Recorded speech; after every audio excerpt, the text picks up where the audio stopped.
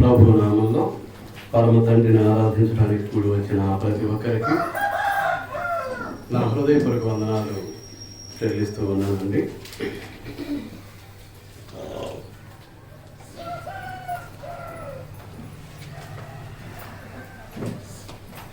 గత వాటిలో లోకంలో ఏముంది అనేటటువంటిది మనం ఆలోచన చేస్తాం.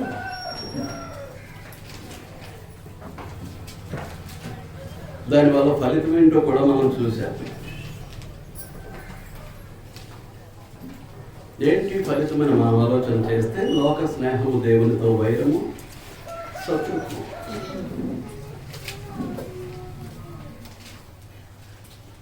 దేవునితో వైరాన్ని పెంచుకొని శత్రుత్వం కలిగి ఉండి మానవుడిగా మనం సాధించేది ఏమీ ఉండదండి. పైగా లోకము దాని ఆశ గతించిపోతాయి.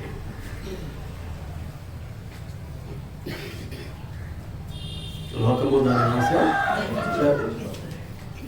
పంచభూతములు మహావేంద్రముతో లయమైపోతాయి. భూమియు దాని మీద ఉన్నటువంటి కృత్యములను కాలిపోతాయి. అంచేత లోకాన్ని ప్రేమించి లోకంలో ఉన్నటువంటి దురాశలు అనగా శరీర దురాశ, నేత్ర దురాశలను అనుభవిస్తూ సాతాను సంబంధులమై దేవునికి వ్యతిరేకమైనటువంటి జీవితాన్ని జీవించటం ద్వారా మనకు ప్రయోజనం ఏమీ ఉండదు.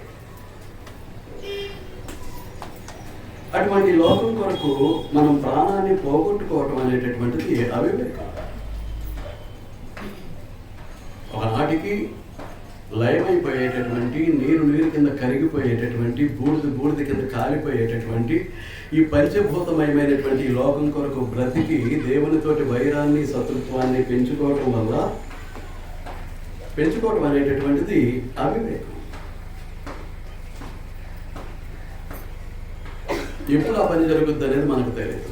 ఈ క్షణమే జరగవచ్చు, మరుక్షణంలో జరగవచ్చు. మీకు అర్థమవుతుందా? అందుచేత ఈ లోకాన్ని కానీ, లోకంలో ఉన్న వాటిని కానీ మనము ప్రేమించకూడదు అనేది దేవుని యొక్క హెచ్చరిక. అంచేత చూడండి, మార్కు సువార్త 8వ అధ్యాయం.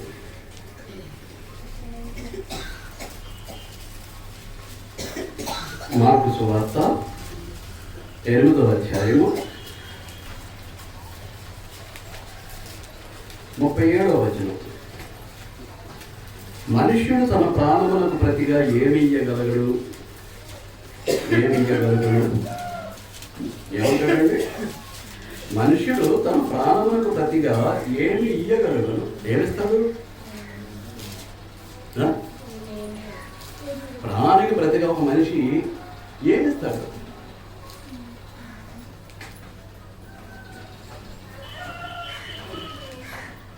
ఏమీ లేదు. ఈ లోకమంతా ధారపోసిన ఒక ప్రాణాన్ని కాపాడటం, ఒక ప్రాణాన్ని నిలబెట్టడం అనేటటువంటిది అసాధ్యం.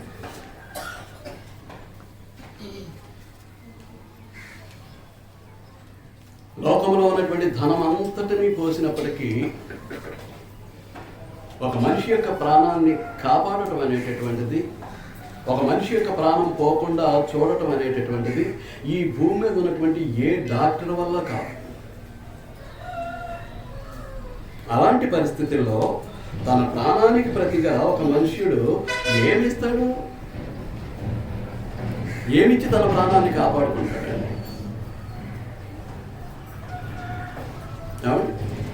ఏమిచ్చి తన ప్రాణాన్ని కాపాడుకోగలుగుతాడు? పోయే పరిస్థితి వస్తే ఆ ప్రాణాన్ని కాపాడగలిగేవాడు ఈ భూమి మీద ఎవ్వడు లేడు.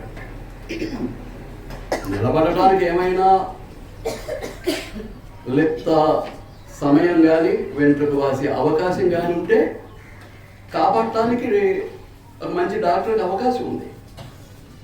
కాపాడటానికి ఆ లిప్త సమయాన్ని సద్వినియోగపరచుకుని, ఆ వెంట్రుకు వాసే అవకాశాన్ని వినియోగించుకుని ఆ ప్రాణాన్ని కాపాడటానికి అవకాశం ఉంది.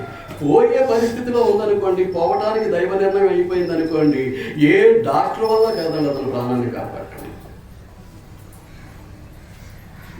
ఆ డాక్టర్స్ టీము 2 కావచ్చు, 5 కావచ్చు, 10 మంది కావచ్చు, 15 మంది కావచ్చు, 20 మంది కావచ్చు, చుట్టూ ఉంటారు. ఈ మధ్యలోంచి ఎలాగ ఎగిరిపోద్దో వాళ్ళకి తెలియదు, వాళ్ళకి తెలియదు. అంచేత ఒక ప్రాణం కొరకు మనం ఏమి ఇవ్వగలం? ప్రాణాన్ని కాపాడటానికి ఏమి ఇవ్వగలం? ఏమి ఇస్తే ప్రాణం నిలబడుతుంది? ఏమిస్తే ప్రాణం నిలబడుతుంది? ఏమిచ్చినా పోయే ప్రాణం నిలబడదు. అందుచేత లోక సుఖానికి సంతోషం కంటే ప్రాణం విలువైంది అనేటటువంటి సంగతిని మనం గుర్తించవలసినటువంటి బాధ్యత మన మీద ఉంది.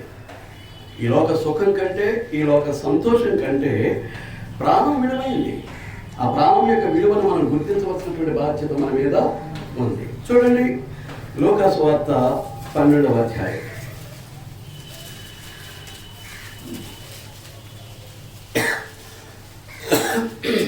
లూకా సువార్త 12వ అధ్యాయం.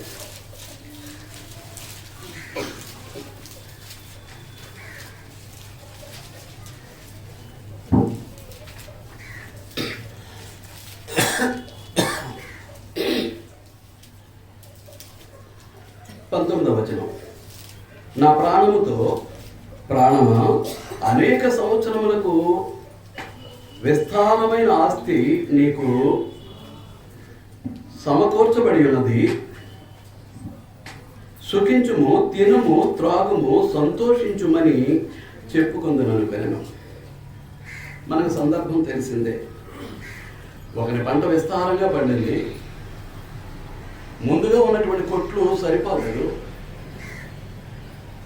పంటను పొలంలోనే ఉంచి ఉన్నటువంటి కొట్లన్నీ పడగొట్టించేశాడు. తన దగ్గర ఉన్నటువంటి ధన సామర్థ్యంతో మళ్ళా తిరిగి పెద్ద పెద్ద కొట్లు నిమిషాల మీద కట్టించేశాడు. ఆ పండినటువంటి పంటనంతా పట్టుకొచ్చి ఆ కొట్టులో పోసాడు, నిల్వ చేశాడు. నిల్వ చేసిన తర్వాత తన ప్రాణంతో చెప్పుకుంటున్నాడు, ఏమని?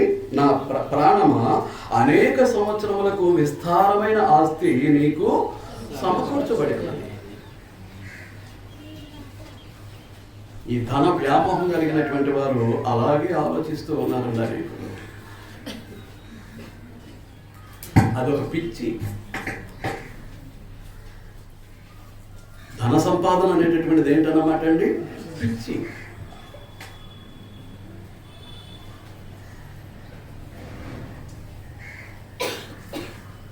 ఆ ధనముతోటి ఏదైనా సంపాదించుకోవచ్చు, ఎలాంటి సుఖాన్నైనా అనుభవించవచ్చు, ఎలాంటి సరదానైనా తీర్చుకోవచ్చు, ఎలాగైనా సంతోషించవచ్చు. ఇది అనేక మంది మానవుల యొక్క ఊహ. కానీ అది ఊహే కానీ అది వాస్తవం కాదు. వాస్తవం కాదు. లోక సామెత ఉంది, ధనం ఉంటే కొండ మీద కూతుని కూడా తీసుకొచ్చేయచ్చు అని. దింపేయచ్చండి కొండ మీద నుంచి. దింపమనండి. ఒక కోటీశ్వరుని రమ్మానండి, లేకపోతే మల్టీ మిలియనీర్ అయినటువంటి అంబానీనే రమ్మానండి, ముఖేష్ అంబానీని. ఒక కొండ మీద ఉన్నటువంటి కోతిని దింపమని చూద్దాం. దింపుతాడా?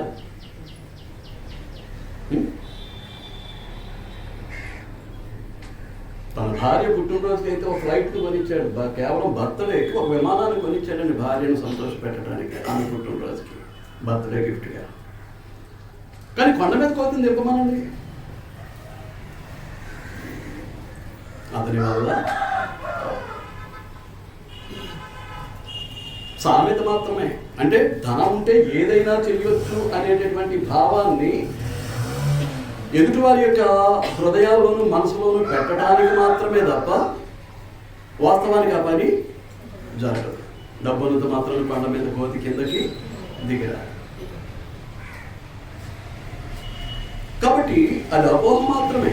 డబ్బు ఉంటే ఏదైనా సాధించేయచ్చు, ధనంతో ఏదైనా కొనేయచ్చు, ధనంతో ఏదైనా అనుభవించేయచ్చు అనుకోవటం, అదంతా కూడా ఏంటన్నమాట అండి? అపోహ. అది వాస్తవం మాత్రం కాదు. అందుకే అతను అనేక సంవత్సరములకు విస్తారమైన ఆస్తి నీకు సమకూర్చబడి ఉన్నది కనుక నువ్వేం చేస్తావు అని అంటే సుఖించు. తన ప్రాణంతో ఏం చెప్తున్నాడు? సుఖించు. అనేక సంవత్సరాలకు సరిపడతా. ఏ విధంగా సుఖించాలనుకుంటావో సుఖించు. ఏ విధమైనటువంటి సుఖాన్ని అనుభవించాలనుకుంటావో ఆ సుఖాన్ని అనుభవించు. తిను, త్రాగు, సంతోషించు అని చెప్పుకుంటాను అనుకుంటున్నాడు. ఆయన ఏం చేస్తున్నాడు? చెప్పుకుంటాను.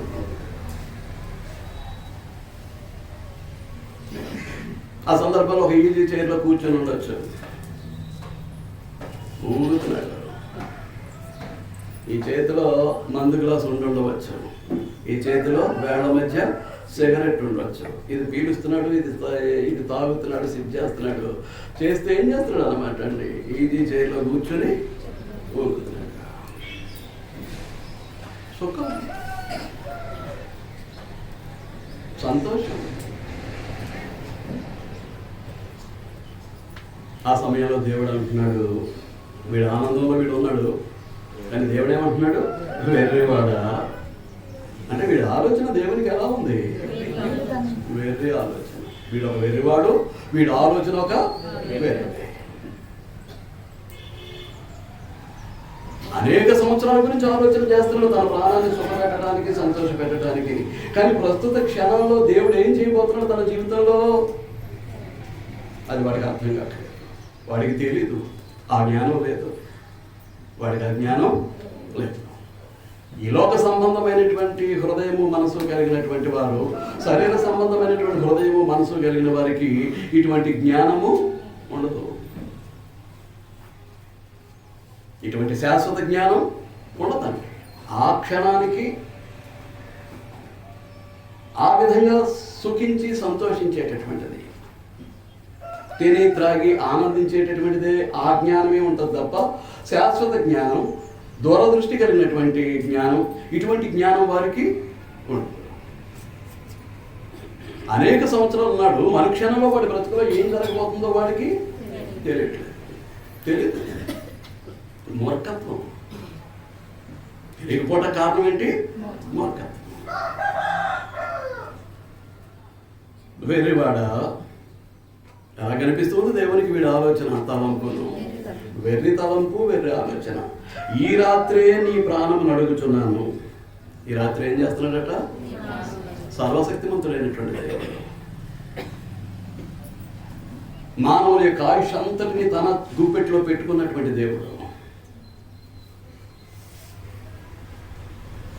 ఏమంటున్నాడు? ఈ రాత్రే నీ ప్రాణం అడుగుచున్నాను, నీవు సిద్ధపరిచినవి ఎవరి వదులని అతనితో. ఈ రాత్రే నీ ప్రాణాన్ని అడుగుతున్నాడు. నువ్వు అనేక సంవత్సరాల గురించి ఆలోచన చేస్తున్నావు.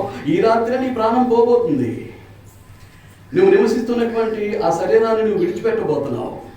నువ్వు నివసిస్తున్నటువంటి ఆ శరీరం ఈ రాత్రికి శవమవబోతుంది. నేను నా దగ్గరికి పిలిచేశాను, పిలిచేయబోతున్నాను. నువ్వు ఉండవు, నువ్వు ఆ శరీరంలో ఉండవు. మన రాత్రి చూసాం కదా,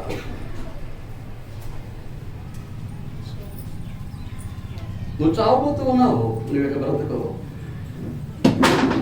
ఎవరు? దేవుడు హిజ్కియాతో చెప్పినటువంటి మాట. నువ్వు చావబోతూ ఉన్నావు, నువ్వు బ్రతకవు.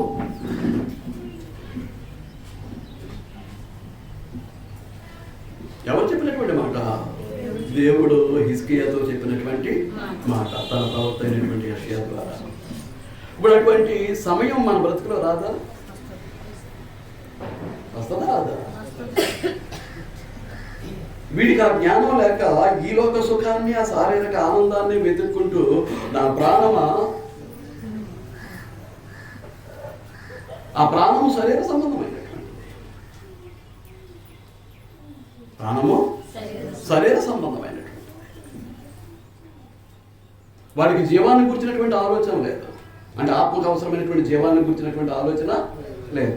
శరీరము, శరీర సంబంధమైనటువంటి ప్రాణాన్ని గురించినటువంటి ఆలోచన మాత్రమే అతనికి ఉంది. ఈ రోజున మనము కూడా అలాగే ఉన్నామేమో.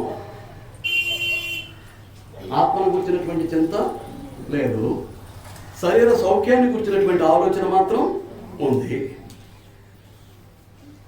వాడికిలాగే నా ప్రాణమా, అనేక సంవత్సరాలకు సరిపడగా నేను ఆస్తిని సమకూర్చేస్తున్నాను, ధనాన్ని సమకూర్చేస్తున్నాను, సుఖించు, తిను, త్రాగు, సంతోషించు అనేటట్టుగానే మన యొక్క శరీర సౌఖ్యాన్ని గురించి మాట్లాడుతూ ఉన్నామేమో, తలస్తూ ఉన్నామేమో, ఆలోచిస్తూ ఉన్నామేమో. చాలా భయంకరమండి పరిస్థితి. ఆ విధంగా తలంచేవారు, ఆలోచించేవారు చాలా భయంకరమైనటువంటి పరిస్థితిలో ఉన్నారు. ఈ జీవిత పరమార్థం ఏంటో వాడికి అర్థం అవ్వట్లేదు, ఈ జీవిత సాఫల్యత ఏంటో వాళ్ళు ఎరగట్లేదు. అని ఎందుకు దేవుడు ఈ భూమి మీదకి మానవుని పంపించాడో తెలియట్లేదు. ఆది మానవుడిని మట్టితో నిర్మించినటువంటి దేవుడు తల్లి గర్భంలోనే నిన్ను నన్ను ఎందుకు తన 2 చేతులు పెట్టి రూపాన్ని తయారు చేస్తున్నాడో మానవునికి తెలియట్లేదు. కాలం పరిపూర్ణమైన తర్వాత ఆరోగ్యంగా తల్లి గర్భంలోంచి ఎందుకు బయటకు పంపిస్తున్నాడో, ఎందుకు ఆయుష్నిచ్చి ఇంతవరకు నిలబెట్టాడో మానవునికి అర్థం కావట్లేదు. మీ మానవ జన్మ వెనకటువంటి దేవుని యొక్క చిత్తం ఏంటో, ఆయన సంకల్పం ఏంటో మానవుడు గ్రహించుకునేటటువంటి పరిస్థితిలో లేడు. నాలాంటి వాడు ఎవడైనా వివరించి బోధిస్తూ ఉంటే ఇదంతా కూడా ఎలా కనిపిస్తూ ఉందన్నమాట అండి. ఎలా కనిపిస్తూ ఉంది? ఇది ఒక బోటకంలాగా, ఏదో కాలక్షేపానికి నేను బోధిస్తున్నట్టుగా వినేది వింటూ ఉంటారు, వాళ్ళ ఇష్టానుసారంగా బ్రతికేస్తూ ఉంటారు. వారి యొక్క హృదయం యొక్క తలంపులు, కోరికల్లో మార్పు రాదు, మనసు యొక్క ఆలోచనలో మార్పు రాదు, కంటి చూపుల్లో మార్పు రాదు, మాటల్లో మార్పు రాదు, చేతల్లో మార్పు రాదు, నడవడికలో మార్పు రాదు. వినేసి వెళ్ళిపోతుంటారు అంతే. జీవితాలకు అన్వయించుకుని జీవితాలు మార్చుకోవటానికి, దేవునికి మహిమకరంగా జీవితాన్ని మలుచుకోవటానికి, నిత్యత్వానికి వారసులుగా వారి జీవితాలని ఆయత్తపరచుకోవటానికి ప్రయత్నం చేయరు. అది మనకు ఆశీర్వాదకరం కాదండి.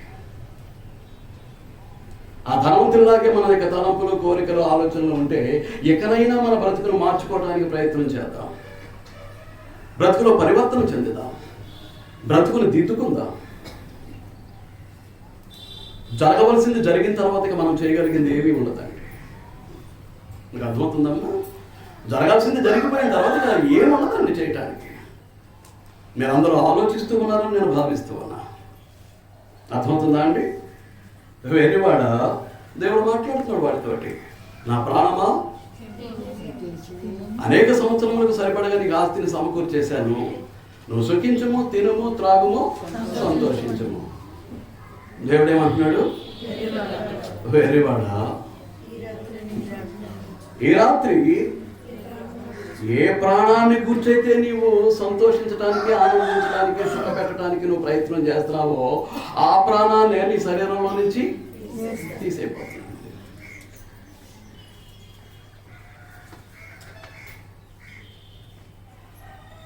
రక్తంతో ప్రవహిస్తున్నటువంటి నీ రక్తాన్ని ఘనీభవింపజేసేయబోతున్నాను. అది ప్రవహించదు, ఎక్కడికక్కడ గడ్డగట్టేస్తుంది. అది నా పని. ఇక ప్రాణం ఉండటానికి లేదు నీ శరీరంలో. ప్రాణాన్ని నీ శరీరంలో కలిగి ఉండేటటువంటి యోగ్యత కానీ, అర్హత కానీ నీకు లేదు.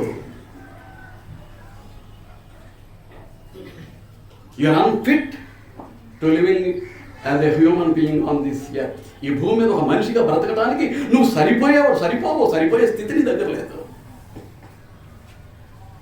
కాబట్టి నేను లేపేయబోతున్నాను, నీ నిరానంతరే తీసేయబోతున్నాను. ఏమంటారు? అదే పరిస్థితి నాకు సంభవిస్తే నేనేమనబోతాను దేవుడితోటి? అదే పరిస్థితి మీ జీవితంలో సంభవిస్తే మీరేం చెప్పబోతారో దేవునితోటి? ఏమైనా ఉంటుందంటారా? వాడికి ఏమైనా ఉందా? విస్తారంగా పంట పండించి సమకూర్చుకున్నటువంటి వాడు ఏ స్థితిలో ఉన్నాడో రేపు మనము కూడా అదే స్థితిలో ఉంటాం. మాట్లాడటానికి మాట రాదు, మాట ఉండదు, మాట్లాడటానికి మాట ఉండదు. అంచేత మనకు ఒక హెచ్చరిక ఇస్తున్నాడు చూడండి 21వ వచనంలో. దేవుని ఎడల ధనవంతుడు కాక తన కొరకే సమకూర్చుకునేవాడు ఏలాగుననే యుండునని చెప్పాను. ఏమని చెప్తున్నాడు? అందరూ చెప్పండి, నేను చెప్పిస్తాను. దేవుని ఎడల ధనవంతుడు కాక తన కొరకే సమకూర్చుకునేవాడు ఏలాగుననే యుండునని చెప్పాను. ఏ విషయంలో ధనవంతులు అవ్వాలి? దేవుని విషయం. నీ కొరకే తన కొరకే సమకూర్చుకునేవాడంటే ఈ లోక సుఖం కొరకు, ఈ లోక సౌఖ్యం కొరకు, తన శారీరక ఆనందం కొరకు, ఈ లోక సుఖ సౌఖ్యాల కొరకు, భోగభాగ్యాల కొరకు ఏం చేస్తున్నాడు? ఊరిగా సమకూర్చుకుంటూ వందలు, వేలు, లక్షల, కోట్లు ఊరిగా కట్టలు కట్టేసి చేస్తున్నాడు అంతే. మీరు వాళ్ళకి సంపాదించడం, కట్టలు కట్టేయడం, మీరు వాళ్ళ దోసేయటం. ఏమైంది ఇప్పుడు? ఏమైంది? అది అలాగే ఉంది. కానీ తన ప్రాణంతో సుఖించు, తిను, త్రాగు, సంతోషించన్నవాడు, దాన్ని అంతటి సమకూర్చుకున్నవాడు లేదు. అది వాస్తవం, అది నిజం, జరగబోయేది. ఇప్పుడు రూపాయి పట్టుకెళ్తాడా?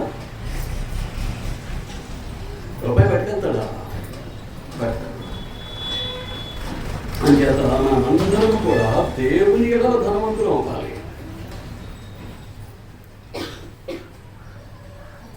I'm a rich man in my faith on God. దేవుని మీద ఉన్నటువంటి విశ్వాస విషయంలో నేను ఎవరిని? ధనవంతుని.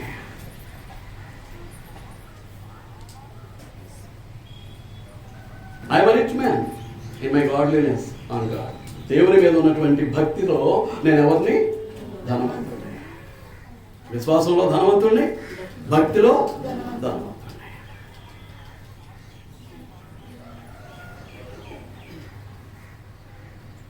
దేవుని కొరకు నా జీవితాన్ని సజీవ యాగంగా సమర్పించుట్లో నేను ఎవరిని? ధనవంతుడిని. I'm a rich man to offering my life as a living sacrifice to God. దేవునికి సజీవ యాగంగా దేవుని నా దేహాన్ని, నా జీవితాన్ని అర్పించుట్లో నేను ఎవరిని? ధనవంతుడిని. ఇది జీవితం. ఈ లోకం విషయంలో ధనాన్ని కూర్చుకున్నవాడు ఏం జరుగుతుందంటారు? దేవుని ఎడల ధనవంతుడు కాక తన కొరకే సమకూర్చుకున్నవాడు ఎలాగే ఉంటాడు. ఎలా ఉంటాడు? అర్థంతరంగా తన ప్రాణాన్ని కోల్పోతాడు. ఈ భూమి మీద తన ఉనికిని కోల్పోతాడు. తన భార్యకు భర్తగా ఉనికిని కోల్పోయాడు. తన బిడ్డలకు తండ్రిగా తన ఉనికిని కోల్పోయాడు. తన తోబుట్టువులకు అన్నగానో తమ్ముడుగానో తన ఉనికిని కోల్పోయాడు. ఒక తల్లిదండ్రులు ఉంటే తల్లిదండ్రులకు కుమారుడుగా తన ఉనికిని కోల్పోయాడు. తన స్నేహితులు ఉంటే స్నేహితులకు స్నేహితుడిగా తన ఉనికిని కోల్పోయాడు. ఇంకా ఏమైనా పదవులు, హోదాలు ఉంటే అవన్నీ కూడా ఏమైపోయాయి? పోయాయి. అలాగే సహోదరి కూడా నీ భర్తకు భార్యగా ఉండకుండా నీ ఉనికిని కోల్పోతావు. నీ బిడ్డలకు తల్లిగా ఉండకుండా నీ ఉనికిని కోల్పోతావు. ఇలా చెప్పుకుంటే ఇంకేముండదండి, సమస్తం శూన్యం. మీకు అర్థమైంది? అర్థమైందంటారా లేదంటారా? అర్థమైందంటారా లేదంటారా? అంచేతనే 23వ వచనంలో తేల్చేస్తున్నాడు. ఆహారము కంటే ప్రాణమును, వస్త్రము కంటే దేహమును గొప్పవి కావాలా? ప్రాణం నిలబడాలంటే ఏం కావాలి? ఆహారం కావాలి. కానీ ప్రాణం కంటే, ఆహారం కంటే ఏది గొప్పది? దేవుడిచ్చిన ప్రాణం గొప్పది. ఆహారం కంటే ఏది గొప్పదండి? దేవుడిచ్చినటువంటి ప్రాణం గొప్పది. నువ్వు ధరించేటటువంటి విలువైనటువంటి వస్త్రం కంటే దేవుడిచ్చినటువంటి దేహము గొప్పది. ఈ రెండు గ్రహించుకుంటే ఈ లోకం వెనకతల మనం పరిగెట్టాం.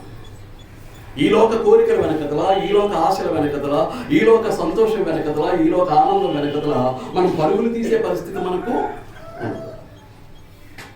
దేవుడిచ్చినటువంటి ఈ దేహాన్ని దేవుని యొక్క మహిమ కొరకే నేను సద్వినియోగం చేస్తాను. దేవుడిచ్చినటువంటి ఈ ప్రాణాన్ని దేవుని యొక్క మహిమ కొరకే నేను వినియోగిస్తాను అనేటటువంటి పరిపూర్ణమైనటువంటి నిర్ణయం భౌతిక సంబంధమైందే దేహం, ప్రాణం కూడా భౌతిక సంబంధమైందే. కానీ ఈ రెంటి ద్వారా నేను ఏం చేస్తాను? నా దేవునికి మహిమకరంగా బ్రతుకుతాను. అడుగు తీసి అడుగు వేశాను అంటే దేవుని యొక్క మహిమ కొరకే వేస్తాను. ఒక మాట మాట్లాడాను అంటే దేవుని యొక్క మహిమ కొరకే నేను మాట్లాడతాను. ఒక క్రియ చేశాను అని అంటే దేవుని యొక్క మహిమ కొరకే చేస్తాను.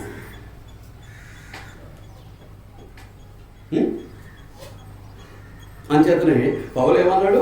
మళ్ళీ ఒకసారి చదువుతాం, మనం చదువుకున్నాం కదా, సహోదరు ప్రసాద్ గారి గృహంలో మనం చదవటం జరిగింది. మరొకసారి జ్ఞాపకం చేసుకుందాం. అవసరం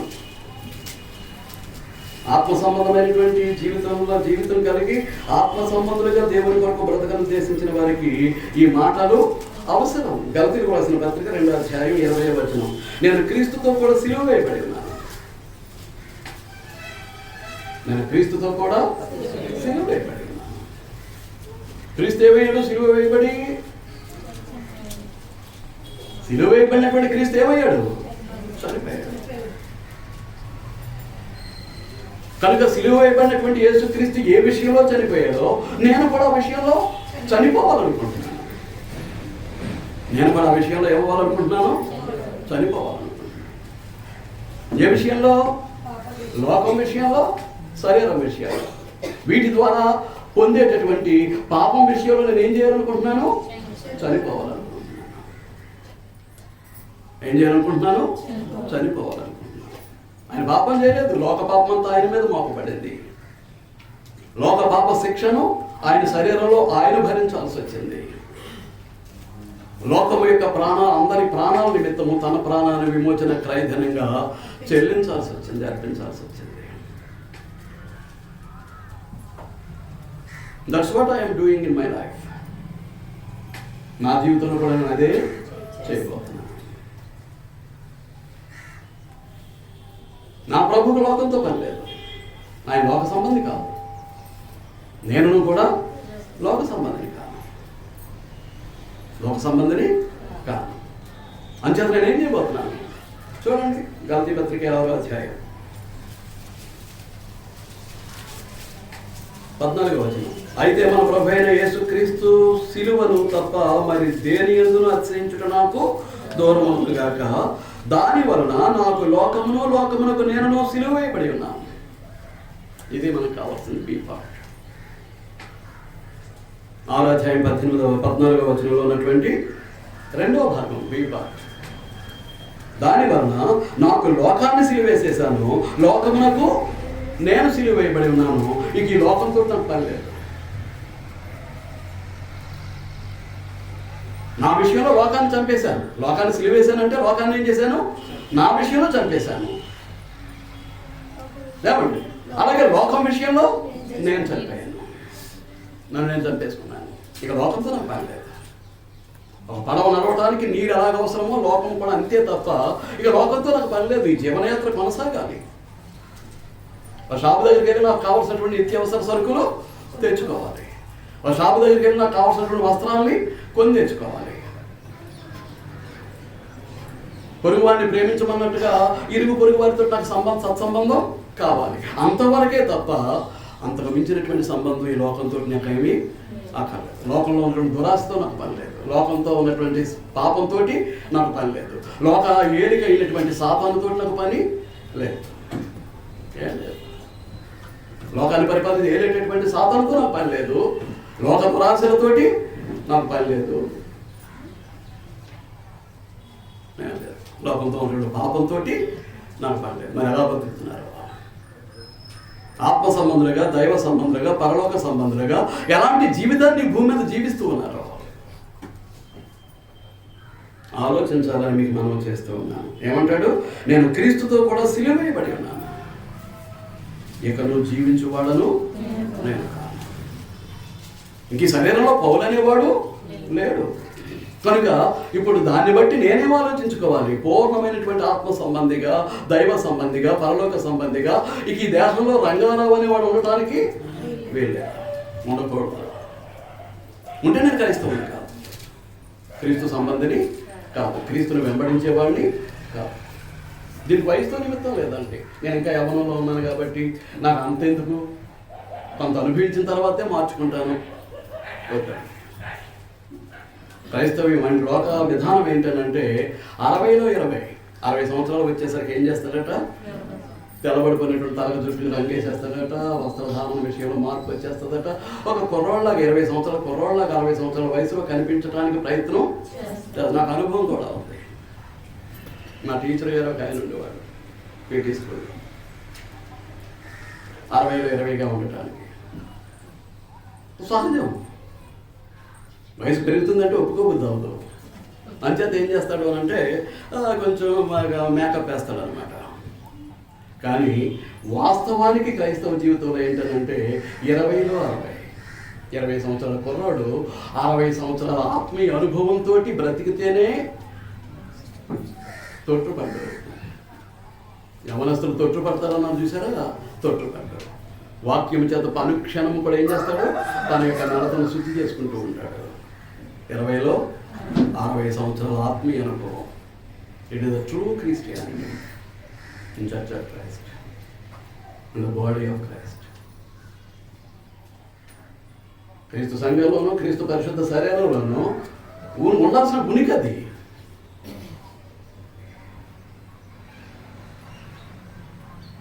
అమ్మాయిని చూసి అబ్బాయిలు, అబ్బాయిని చూసి వెకిలి వేషాలు వేసే పరిస్థితులు ఉండవు. యవనస్తుల విషయంలో సువార్తకుడు నిశ్చింతగా ఉంటాడు. నాకే సమస్య. అలాంటి అవకాశాన్ని నాకు కల్పించినటువంటి కాకోరం క్రీస్తు సంఘ యూత్ అంతటికీ, యవనస్తులందరికీ క్రీస్తు నామంలో నా హృదయపూర్వక వందనాలు తెలియజేస్తున్నాను. అమ్మాయిలకి అబ్బాయిలకి కూడా ఇక మీదట కూడా వచ్చాను. ఇక మీద కూడా అర్థమవుతుందా అండి? నేను క్రీస్తుతో ఇకను జీవించువాడను నేను కాను, క్రీస్తే నా యందు జీవిస్తున్నాడు. అది నిజమైనటువంటి క్రైస్తవ జీవితం.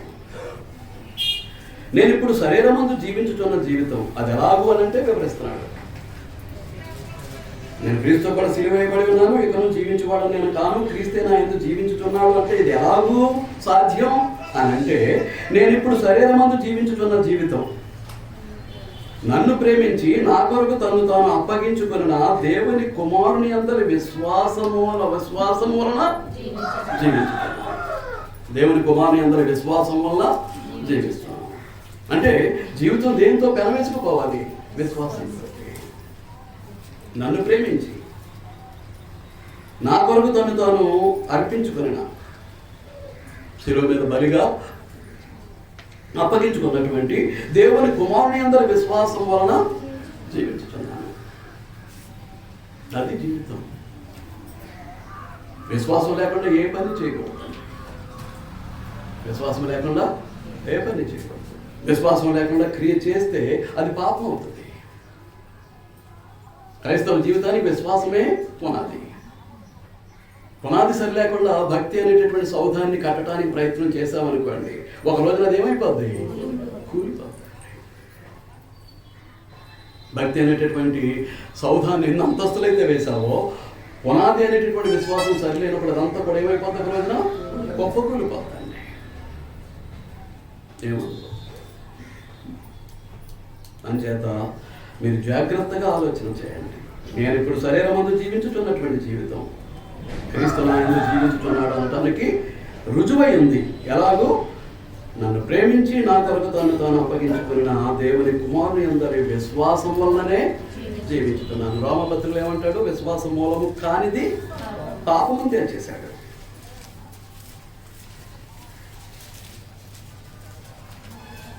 రోమపత్రిక 14:23 అనుమానించువాడు తిరిగిన ఎడల విశ్వాసము లేకుండా తిరును కనుక దోషి అని తీర్పునందును విశ్వాస మూలము కానిది ఏదో అది పాపం. విశ్వాసం అని చెప్పుకుంటూ విశ్వాస మూలము కాకుండా బ్రతికేస్తున్నాం అనుకోండి, మన క్రియలు పరిపాలన జరిగించేస్తున్నాం అనుకోండి, ఏం జరుగుతుందన్నమాట? విశ్వాసము మూలము కానిది ఏదో అది ఏదైనా సరే అది పాపం. కనుక మనం ఏం మాట్లాడినా, ఏం చేసినా, ఏం తలంచినా, ఏం ఆలోచించినా అదంతా కూడా ఏమై ఉండాలి? విశ్వాసమయమై ఉండండి. విశ్వాసం మూలము కాకుండా ఏమీ మాట్లాడకూడదు, విశ్వాసం మూలము కాకుండా ఏ క్రియ చేయకూడదు. ఏం చేద్దానంటే విశ్వాసం లేకుండా దేవునికి ఇష్టడై ఉండుట అసాధ్యం. విశ్వాసం లేకుండా దేవునికి ఇష్టడై ఉండటం అసాధ్యం. అంచేది క్రైస్తవ జీవితానికి విశ్వాసమే మూలం, విశ్వాసమే పునాది. మీరు అర్థమైంది? అర్థమైనట్టు లేదంటారా? అర్థమైందా లేదా అండి? అంచేత పొగ అనేటటువంటి దాన్ని దేవుడు ఆహారంగా ఇయ్యలేదు. పొగ పీలుస్తూ ఆనందించేటువంటి అంటే పొగ అనేటటువంటిది ఈ లోకంలో అందరూ ఆనందించేటటువంటి కార్యక్రమం. కానీ పొగను దేవుడు మనిషికి ఆహారంగా ఇవ్వలేదు. అలాగే మత్తు పదార్థాలు, పానీయాలు కూడా దేవుడు ఆహారంలో భాగంగా మానవునికి ఇవ్వలేదు. ఇవన్నీ కూడా ఏంటన్నమాట? వినాశకారులు, జీవితాన్ని సర్వనాశనం చేసేటటువంటివి. అటు మన జీవితం మనకు చెందకుండా దేవుని కొరకు సృష్టించబడినటువంటి, దేవుని మహిమ కొరకు నిర్మించబడినటువంటి మనము దేవునికి చెందకుండా చేసేవి ఇవి. ఏవి? పొగ, మత్తు కలిగించేటటువంటి పదార్థాలు, పానీయాలు. ఇవి దేవుడు ఆహారంగా ఇవ్వలేదు. మరి ఆహారం కాని దాని కొరకు మనం రోకలు ఎందుకు కల్పిస్తాం? ఎందుకు చెల్లిస్తాం?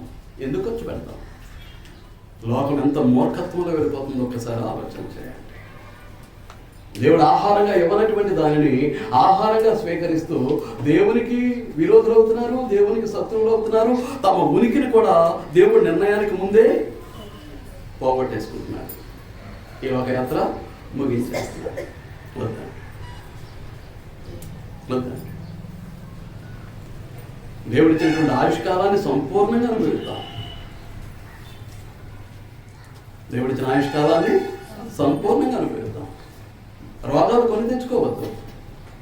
సంతుష్టిని కలిగించేటటువంటి దానిని కలిగి ఉండి శరీరానికి సారాన్నిచ్చేదాన్ని భుజిస్తూ ఆరోగ్యంగా మన భార్య బిడ్డలతోటి, భర్త బిడ్డలతోటి, సంఘంతో, దేవునితోటి సంతోషంగా ఆయన ఇచ్చిన ఆయుష్కాలాన్ని అనుభవిద్దాం. పాపం చేసిన ఆయుష్కాలం తగ్గిపోతాయి. దేవుని యొక్క మాట వినకుండా, దేవుని యొక్క ఆజ్ఞను పాటించకుండా మన ఇష్టానుసారంగా మనం బ్రతక కోరితే ఏం జరుగుద్ది? ఆ విధంగానే ఆయుష్ తగ్గిపోతాయి.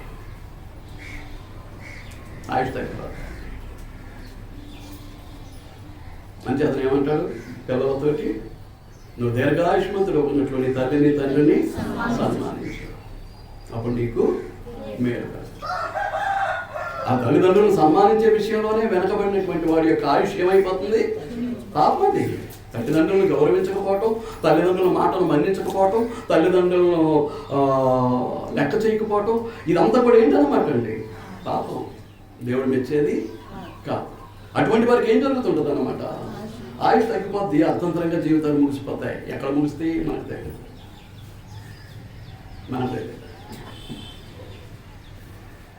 మరి తల్లిదండ్రులను గౌరవించకపోతేనే, సన్మానించకపోతేనే అట్టి స్థితి దొరికితే మానవునికి ఇంకా అంతకంటే ఘోరమైనటువంటి పాపాలు చేసేస్తున్నావా లేదా అండి? చేస్తున్నాం. ఇంకెక్కడ ఉంటుంది ఆయుష్? ఉండదు. నానం వరకు వెళ్ళిపోతూ ఉంటాం, అది ఎక్కడో అర్థంతరంగా ముగిసిపోద్ది. మీరు అర్థమవుతుందా? లేదు బ్రతికామే అనుకోండి, పరలోకంలో తండ్రితోనూ, కుమారునితోనూ, పరిశుద్ధాత్మతోనూ, కోట్లాది దేవదూతలతో కలిసి ఆత్మ సంబంధమైన సంతోషాన్ని అనుభవిస్తూ హాయిగా ఉండాల్సినటువంటి పరలోకాన్ని కాకుండా ఎక్కడ పోతాం? అగ్ని గంధకాలతో మండేటటువంటి రౌద్రవాది నరకాగ్నికి, సాతానుకు, వారి దూతలకు నిత్య సాక్షిగా దేవుడు సిద్ధపరిచినటువంటి ఆ అగ్నిగుండానికి వెళ్ళిపోతాం. వద్దండి, జాగ్రత్త పడతాం. దేవుడు చేయమన్నదే చేద్దాం, వద్దు అన్నదాన్ని మానేద్దాం. కనుక ఏమన్నా ఏంటి మన సబ్జెక్ట్ ఏంటి? ఒకడు సర్వలోకమును సంపాదించుకొని చివరకు తన ప్రాణమును పోగొట్టుకుంటే ఏం జరగబోతుంది? మనం ఆలోచన చేస్తున్నాం. మరి ఇప్పటికే అర్థమైపోయి ఉండాలి ఏం జరగబోతుందో. లోకం అంతా వాడిదే, లోకం అంతా ఆమెదే. కానీ చివరికి ఏం పోబోతుంది? నా ప్రాణమా సుఖించము, తినుము, త్రాగము. నీకు అనేక సంవత్సరాలకు సరిపడగా నేను ఏం చేశాను? ఆస్తిని సమకూర్చేశాను. కానీ సృష్టించినటువంటి సృష్టికర్త అంటాడు, వేరే ఈ రాత్రే నీ ప్రాణాన్ని అడుగుతున్నాడు. నువ్వు అనేక సంవత్సరాలకు ప్రయాణం చేసావు లోకంలో బ్రతికేయడానికి, కానీ నేను ఈ రాత్రికే నేను తీసేయబోతున్నాను. నువ్వు బ్రతకవు, నువ్వు చస్తావు, చావబోతున్నావు. సంపాదించిన దాని సంగతి ఏంటి? నువ్వు సంపాదించుకున్న దాని సంగతి ఏంటి? అంచేత దేవుని కొరకు మనం ఏమై ఉండాలి? ధనవంతులమై ఉండాలి తప్ప లోకం కొరకు, మన కొరకు మనం ధనవంతులమై ఉండడానికి ఎప్పుడు ప్రయత్నం చేయాలి. అంతకంటే దౌర్భాగ్య స్థితి మరొకటి ఉండదు. లోకం స్థితి అది. లోకాన్ని గురించి ఇంతవరకు మనం ఆలోచన చేస్తాం. రేపు ప్రాణం గురించి ఆలోచించబోతూ ఉన్నాం. ఆల్రెడీ టచ్ చేశాను. ఇంట్రడక్షన్లోనే, ఉపోద్ఘాతంలోనే ఏం చేశాను? టచ్ చేశాను. రెండే అంశాలు ఈ సబ్జెక్ట్లో. ఒకటి లోకము, రెండు ప్రాణం. ఏది గొప్ప అనుకుంటున్నాను? అది రేపు కొంత తేలింది, కొంత తేలింది. నాసికారంధములు గుండా జీవవాయువును ఊదినటువంటి వాడు ఆ జీవవాయువులో ఏముంచాడు? ప్రాణవాయువును ఉంచాడు, ఆక్సిజన్ ఉంచాడు.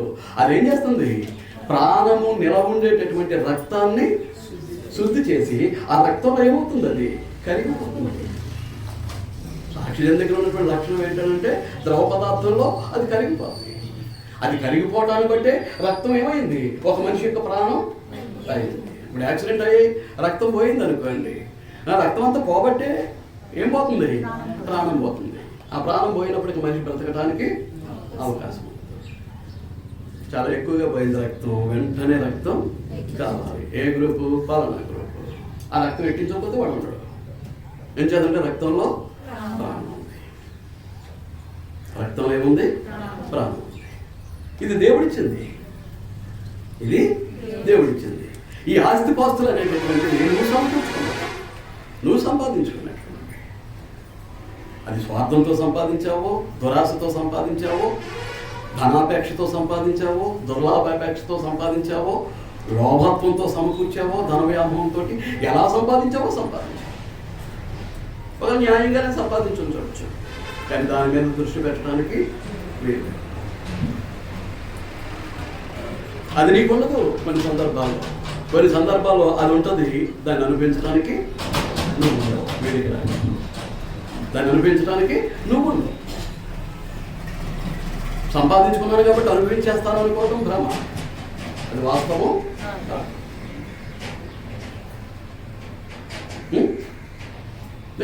అది వాస్తవం కాదు. వెళ్ళిపోతున్నాను కాబట్టి పట్టుకెళ్ళిపోవడం అది కుదరదు. సంపాదించాను కాబట్టి అనుభవించేస్తాను అనుకోవడం ఎంత భ్రమో, ఎంత అవాస్తవమో, వెళ్ళేటప్పుడు పట్టుకెళ్ళిపోతాను అంటే కూడా అంతే. అంచేత వాడికి ఏమని అడుగుతున్నాడు? నువ్వు సంపాదించినంత ఎవరిదవుద్ది? రైట్, అనేక సంవత్సరాలకు సంపాదించావు, సుఖపడమంటున్నావు, సంతోషించమంటున్నావు నీ ప్రాణంతో. కానీ రాత్రి నేను ప్రాణాన్ని తీసేపోతున్నాను. అదంతా ఎవరిదవుద్ది? అమ్మా, ఎవరిదవుద్ది? ఎవడనిపిస్తారు? వాస్తవానికి వచ్చేద్దాం. యథార్థ స్థితి ఏంటో తెలుసుకుందాం, నిజత్వం ఏంటో ఎరుగుదాం. దానికి తగినట్లుగా క్రీస్తునందు, క్రీస్తు సంఘమునందు మన యొక్క జీవితాన్ని దేవునికి మహిమకరంగా నడిపించుకుందాం. కనుక ఏమంటాడు? 23వ వచనంలో, 12:23 లోకాసు వార్త ఏమంటాడు? ప్రాణము కంటే, ఆహారము కంటే ప్రాణం గొప్పది. నువ్వు తినే ఆహారం రక్తపుష్టి కోసం కదా. ఆహారం తినేది ఎందుకు? రక్తపుష్టి. రక్తపుష్టి ఉంటే నీ ప్రాణం నిలబడుతుంది. రక్తపుష్టి లేకపోతే ఎనిమిక్ అయిపోతావు, రక్తహీనత ఏర్పడుతుంది. ప్రాణం అంతంత మాత్రం. రక్తం లేకపోతే ప్రాణం నిలబడే అవకాశం ఉండదు. అంచేత ఏది గొప్పది? నువ్వు తినే ఆహారం కంటే దేవుడు ఇచ్చిన ప్రాణం గొప్పది. నువ్వు ధరించుకునేటువంటి వస్త్రాల కంటే, నువ్వు ఎంత విలువైనటువంటి వస్త్రాలు ధరించేస్తావో ధరించే, కానీ నువ్వు ధరించే నీ వస్త్రం కంటే ఈ దేవుడిచ్చినటువంటి నీ దేహం గొప్పది. ఈ మర్మాన్ని మనం గ్రహిస్తే ఎట్టి పరిస్థితుల్లోనూ శరీరం కొరకు లోకం కొరకు మనం ఆలోచించే వాళ్ళుగా ఉంటాం. ఆలోచిస్తూ గడపండి. వచ్చే వారం ప్రాణాన్ని గురించి మరి కొంత నేర్చుకోవడానికి ప్రయత్నం చేద్దాం. మీకు క్లూ కూడా ఇస్తున్నాను.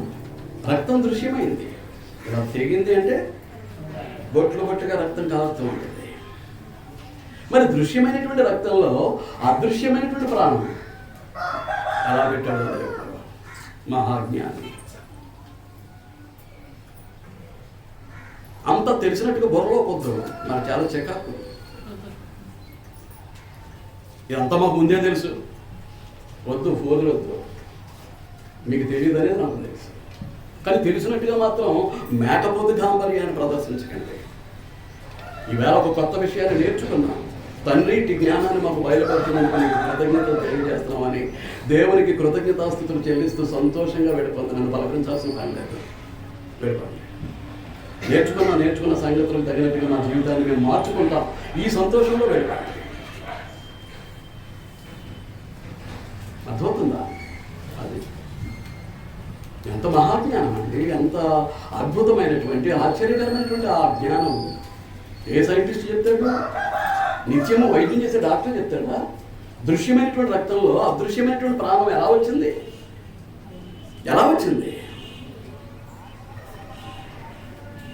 చదివేనందుకు మీ అందరికీ వందనాలు తెలియజేస్తూ పాఠాన్ని ఆత్మీయ హెచ్చరికలు ముగిస్తూ ఉన్నానండి. అందరికీ